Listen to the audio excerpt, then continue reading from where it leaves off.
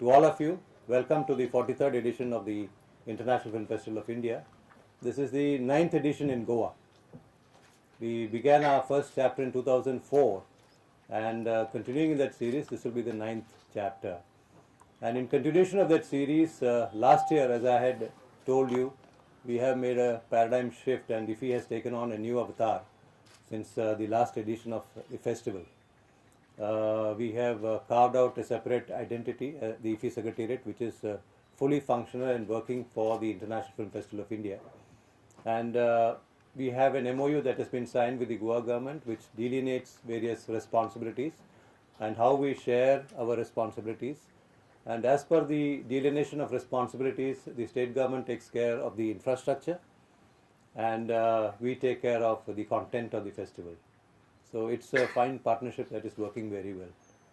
So with that, I think I should now gradually begin into the various sections and films and people that we have lined up for you. I think most of you know, should I start with, how do you want me to start? You want me to start with? Yeah, okay.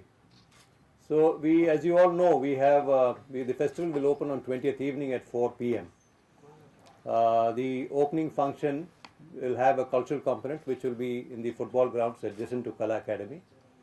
And at 6 p.m. will be the screening of the opening film at Kala Academy. So as you are aware, it's we are having two separate functions, one following the other. And Akshay Kumar, as you already know, is the chief guest for the evening function. And besides that, we will have several other people who will be attending the opening function. The opening film this year, as you all know, is Life of Pi by Ang Lee. Ang Lee will not be here personally as he has to be in New York. He is under a contract.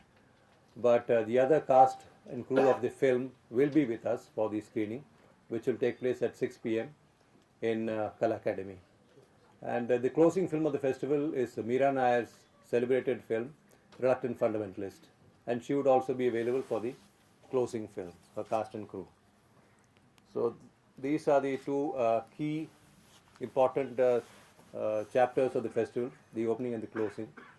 And besides that, we also have Krzysztof Zanussi, the Polish filmmaker, upon whom the Lifetime Achievement Award will be conferred. That award carries a cash prize of 10 lakh rupees. A cash prize, a certificate, a scroll and a shawl. Last year we started this tradition. In fact, we rejuvenated this tradition, which had stopped for nearly 9 years. Last year we had Tavernier from France, and this year we have him from Poland. And he is a person who is deeply in love with India. He's been involved with India since 1975.